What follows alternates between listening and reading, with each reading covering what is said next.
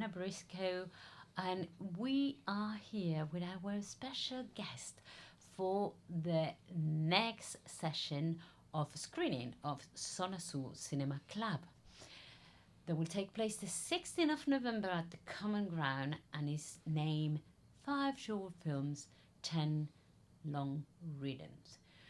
I like you to meet our special guest, Pedro Tafur Fase, the director of The Ghost of Lady Marbella. Hello, how are you? Hello, Lorena. Thank you for having me. I'm very excited for the event. So, I'm Pedro. I am a director from Spain, Colombia, and Argentina. I've been living in the UK for 7 years, and I'm really excited to be screening my latest short film, The Ghost of Lady Marbella.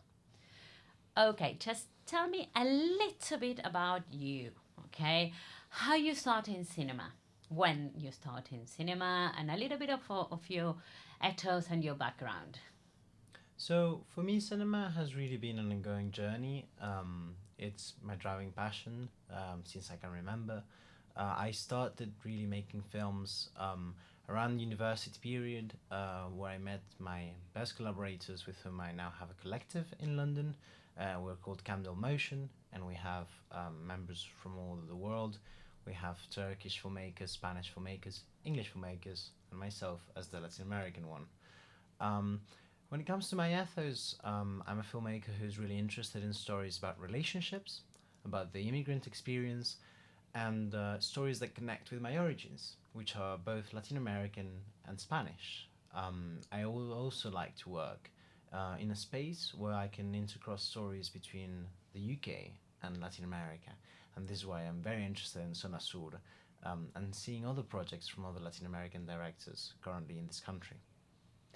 And when you arrived to England, do you find it easy or complicated? How was your integration? You did your cinema university in England, and then you create a group. On how can you describe a little bit your parkour and Yes, so I arrived in the United Kingdom in 2017, just a bit in the late golden age, just after Brexit, when we all thought it was not really going to happen.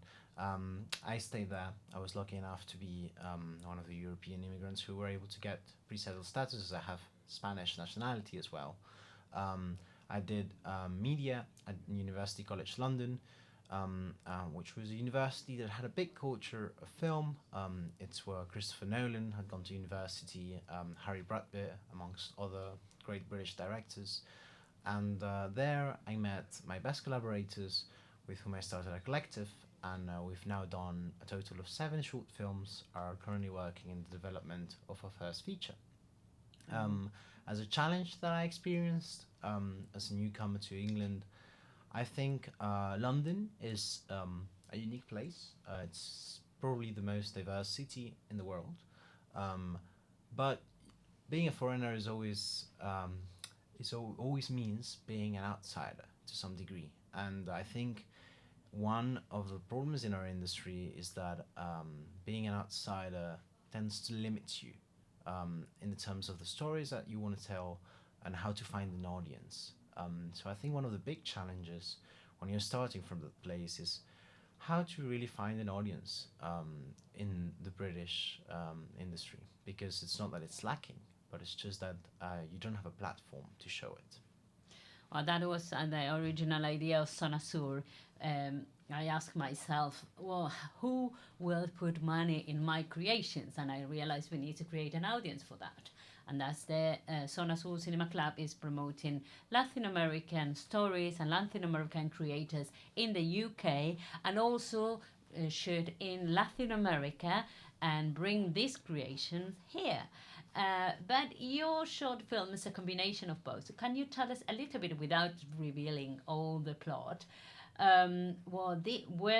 how this idea came to life, and when you start your process, and just tell us a little bit about this. So, in this particular short film, I'm exploring my Argentinian side, which is all my mother's family's side. Um, from my mother's family side, we were originally Italian immigrants. They were Italian immigrants that migrated to Argentina, at the beginning of the 20th century, like many families. And with them, they brought their culture, they brought their stories, but they also brought a sense of grief, of melancholy of what they had left behind. I was interested in exploring that melancholy that is so present in Argentinian culture. And through my journeys to that country, I really started exploring it in the music of tango, which is the national music, and which plays a key role in the story. In this case, the story is about an Argentinian gangster who lives in England and who is obsessed with reconnecting with a figure of his past.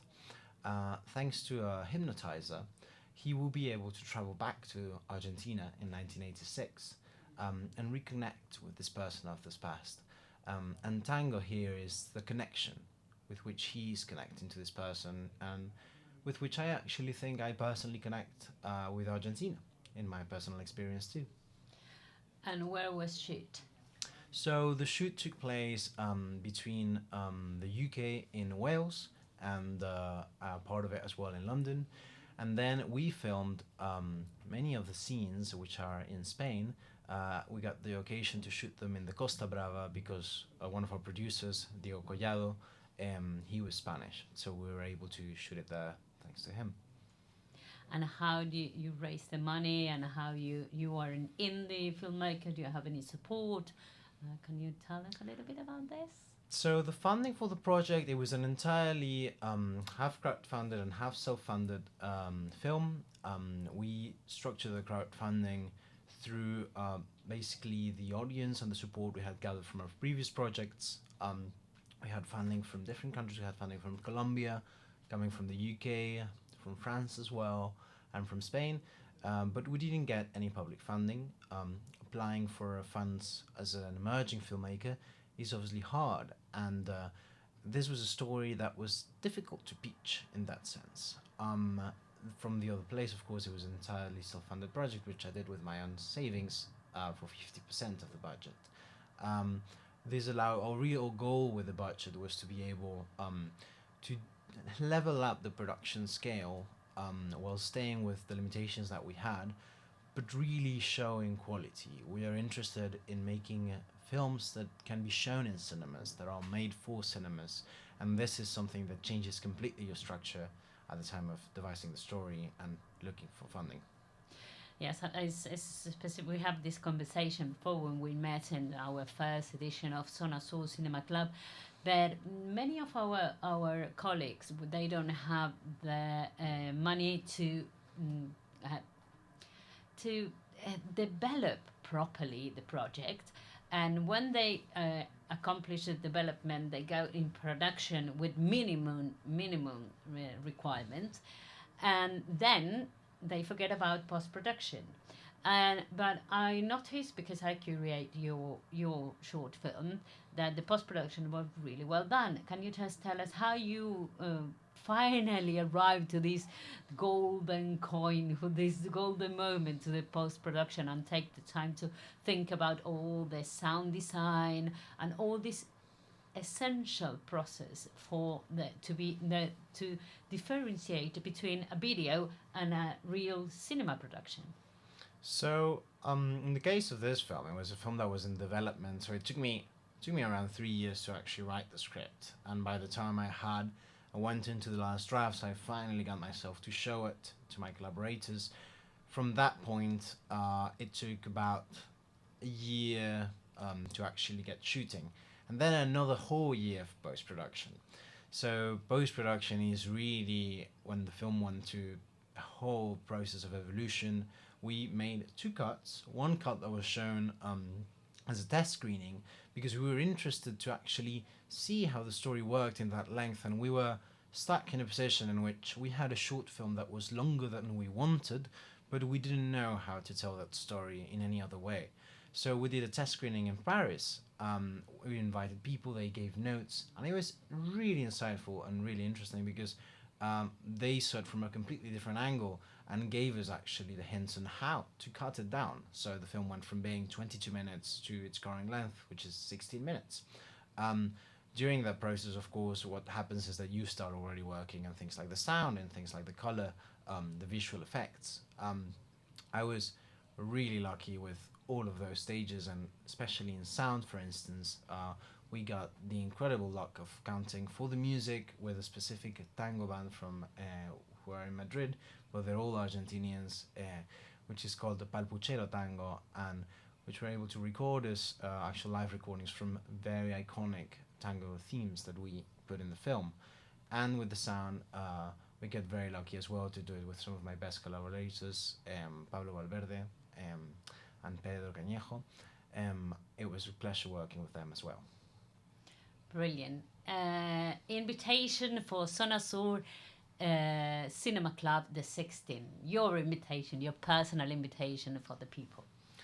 Well, I am really excited to invite you all to our screening for ZonaSur in Common Ground in Oxford, which is happening on the 16th of November.